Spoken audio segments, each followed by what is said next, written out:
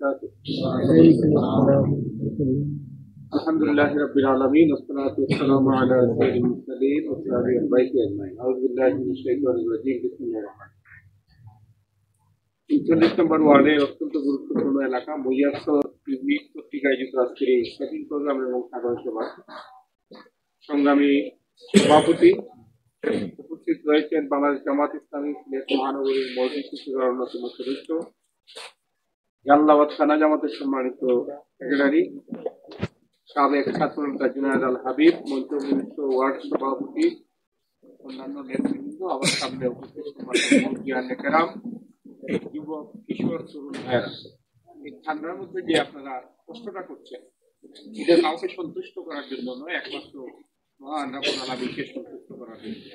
আমরা দোয়া করি আল্লাহ রাব্বুল আলামিন যাতে এই কষ্টের উসিলায় আমাদের প্রতিটি সমস্ত গুনাহটাকে আল্লাহ মাফ করে দেন। সম্মানিত ভাই, আল্লাহ রাসূলের উপরে আমি একটু কথা বলবো, আপনারা একটু বলবেন। হ্যাঁ, পিছন থেকে যাতে শোনা যায়, কথা শোনা যায়। আল্লাহ রাসূলের উপরে ওহী নাযিল হলো তার বয়স যখন 40, 610 খ্রিস্টাব্দে তার বয়স 40, 570 খ্রিস্টাব্দে তিনি জন্মগ্রহণ করেছিলেন। তার উপরে ওহী নাযিল হওয়ার আগ পর্যন্ত সমাজ নিয়ে কি ধারণা করেছিলেন, পেরেশানি করেছিলেন। তিনি যখন সমাজে জন্মগ্রহণ করেছিলেন তখন ওই সমাজ চিন্তা পাতাতে ভরপুর, মারামারি, হানাহানি, কাটাকাটি, একজনের সম্পদ আরেকজনের নিয়ে যাওয়া, এই ধরনের আমাদের সমাজে যা আছে এতে অনেক বেশি সময় ছিল। ফলে তার টেনশন, পেরেশানি এগুলো থেকে তিনি একটা সংস্থা গঠন করেছিলেন। এটার নাম কি? হিলফুল ফুজুল। আপনাদের তো জানাই আছে এই সমাজে কিভাবে শান্তি আনয়ন করা যায়, একটা সুন্দর, একটা শান্তির, একটা মুগ্ধপূর্ণ সমাজ কিভাবে তৈরি করা যায়, এই চিন্তা থেকে তিনি একটা সংস্থা গঠন করেছিলেন যার নাম হলো হিলফুল ফুজুল। এই পেরেশানি থেকে তিনি কিন্তু হেরা নামক গুহায় গিয়েছিলেন যে এই জাতিকে এই অবস্থা থেকে কিভাবে বের করে আনা যায়। না কোরআনের জন্য গেছিলেন যেখানে গেলে কোরআন পাওয়া যাবে, বিষয়টা কি এরকম? সমাজের ডানে বামে সামনে পিছনের আবহাওয়া, যে পরিবেশ, যে অনাচার অত্যাচার, এগুলো তাকে মর্মাহত করেছে, যে কারণে তিনি ইরা নামক গুহায় গিয়েছিলেন, আল্লাহর ধ্যানে মগ্ন হয়েছিলেন। হে আল্লাহ, এই জাতিকে আমি কিভাবে মুক্তি দেব। তার এই পেরেশানি, এই চিন্তার প্রেক্ষিতে আল্লাহর পক্ষ থেকে নাযিল হলো কি হলো, তিনি ভয় পেয়ে গেলেন। তার সাথে এর আগে কি ফেরেশতা জিবরাইলের কখনো দেখা হয়েছিল কোথাও? তার জন্য ওই সময় জিবরাইল তার সারা জীবনের জন্য নতুন, কারো কাছ থেকে এই ফেরেশতার নাম তিনি শুনেন নাই। ফলে তাকে দেখে কিন্তু ভয় ভয়পদ হয়ে গেছে। ফিরে আসলেন ধরে এসে তার স্ত্রীকে বললেন, তার স্ত্রীর নাম কি? খাদিজা রাদিয়াল্লাহু আনহা। তিনি বললেন, জাম্বিলুনি জাম্বিলুনি, আমারে কি করো, কম্বল দিয়ে আচ্ছাদন করো, আমি ভয় পাচ্ছি। কেন, কি হয়েছে, কেন ভয় পাচ্ছ? আল্লাহ রাসূল বললেন, এই ধরনের একজন ব্যক্তি আমার সাথে দেখা করেছে, আমার প্রাণ নিয়ে ভয় হয়, আমি বোধহয় মারা যাব। তখন ফেরেশতার এই আগমন এবং সিচুয়েশন শোনার পরে তার স্ত্রী খাদিজা রাদিয়াল্লাহু কুবরা কি বলেছিলেন? তিনি বলেছিলেন, 4-5টা কথা বলেছিলেন, তোমার ভয়ের কোনো কারণ নাই, তুমি অনাথকে সহযোগিতা করো, নিরাশ্রয়কে আশ্রয় দান করো, অন্নহীনকে অন্ন দাও, বস্ত্রহীনকে বস্ত্র দাও, এতিমের মাথায় তুমি হাত বুলাও, তুমি তোমার রক্তের সম্পর্কে মানে তুমি রক্ষা করো, তোমার কোনো ক্ষতি হতে পারে না, মহান আল্লাহ তোমার কোনো ক্ষতি করতে পারেন না, টেনশন করো। তাহলে একজন মুমিনের একটা চরিত্র আল্লাহ রাসূলের মধ্যে আমরা পাই। কি পাই? এই সমাজের যত সামাজিক কাজ, এগুলো আল্লাহ রাসূলের নবী হওয়ার আগেই, ওহী নাযিল হওয়ার পরে মক্কায় 13টা বছর এই সমাজে শান্তি আনয়নের জন্য ওহী দিয়ে তিনি চেষ্টা করেছেন। মক্কা তাকে একদম করে নেয়, বরং মক্কার মানুষজন তাকে হত্যা করার জন্য ষড়যন্ত্র করেছে, না করে নাই? কিভাবে বুঝলাম? তার এই হিজরতের কারণটা কি বলেন? ওয়াই তিনি মক্কা থেকে মদিনায় চলে গেলেন, কারণটা কি? মক্কার মানুষ ষড়যন্ত্র করছে, তার ঘর ঘেরাও করবে, তাকে হত্যা করবে। তিনি তো তার কোনো ক্ষতি করেন নাই, তার সম্পদ নিয়েছেন, কোনো ইতিহাসে নজির নাই। কাউকে আঘাত করেছেন আল্লাহ রাসূল, কোন নজির নাই। কারো মনের মধ্যে আঘাত দিয়েছেন কথা বলে, কোন নজির নাই। এই মানুষদেরকে সিরাতাল মুস্তাকিমের দিকে, কিন্তু দুর্ভাগ্য এই জাতি তাকে হত্যা করার জন্য ষড়যন্ত্র করেছিল। আল্লাহ তাকে নিয়ে গেলেন কোথায়? আল্লাহ তাকে নবী বানিয়েছিলেন। মদিনার যে রাষ্ট্রের যে প্রধান তিনি হয়েছিলেন, এটা কি আল্লাহ বানাইছিলেন না মানুষ আহ্বান করছিল? কোনটা? আপনারা কি মনে করেন পিছনের? আল্লাহ কি জুড়ে বসাইছিলেন মদিনায় আল্লাহ রাসূলকে?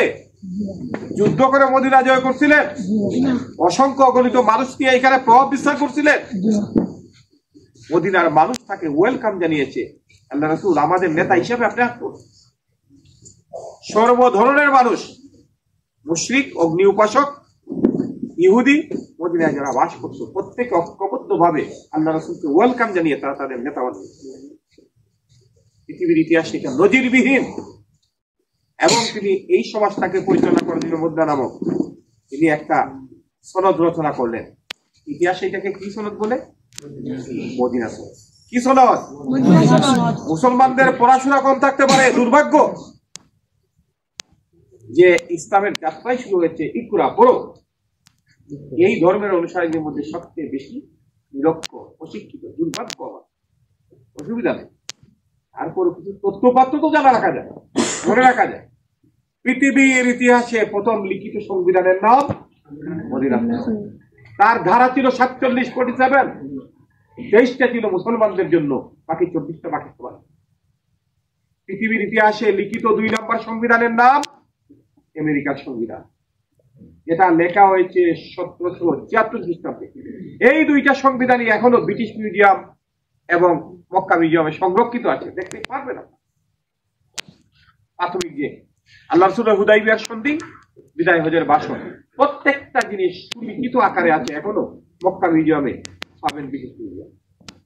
পৃথিবীর ইতিহাসে এই যে 1773 থেকে 623 খ্রিস্টাব্দ আল্লাহ রাসূল হিজরত করেছিলেন মক্কা থেকে মদিনা 623-এ, 22-এর শেষের দিকে, অগাস্ট মাসে।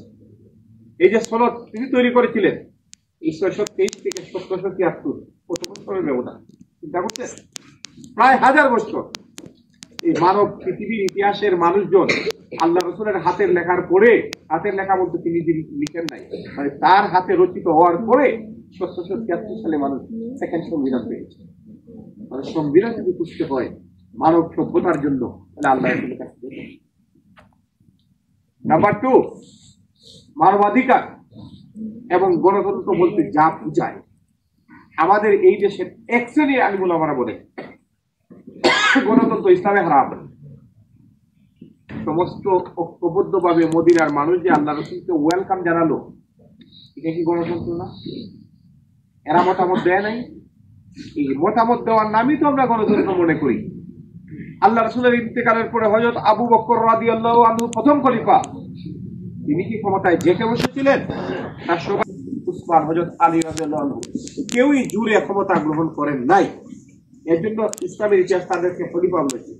এবং আলহামদুলিল্লাহ সুন্দরভাবে কিভাবে শাসক নির্বাচন করতে হয়, কিভাবে আমির নির্বাচন করতে হয়, কিভাবে খলিফা নির্বাচন করতে হয়, ইসলামের ইতিহাসই প্রথম দেখিয়েছে। বলে আজকে আমেরিকার আগে এই পৃথিবীতে গণতন্ত্র বলতে কোনো শব্দই ছিল না। আমেরিকা থেকে এই শব্দের উৎপত্তি, ইসলাম এর আরো 1000 বছর আগেই দেখিয়েছে। বলে ইসলামকে, মুসলমানদেরকে ইলিম দেওয়ার কোনো প্রয়োজন নাই। আমাদের কুরআনে, হাদিসে, সুন্নাতে পর্যাপ্ত ইলিম আছে। আমাদের ভারতীয় উপমহাদেশ সম্রাট আওরঙ্গজেব, তার আরেক নাম কি ছিল কেউ জানেননি? আলমগীর, বাদশাহ আলমগীর।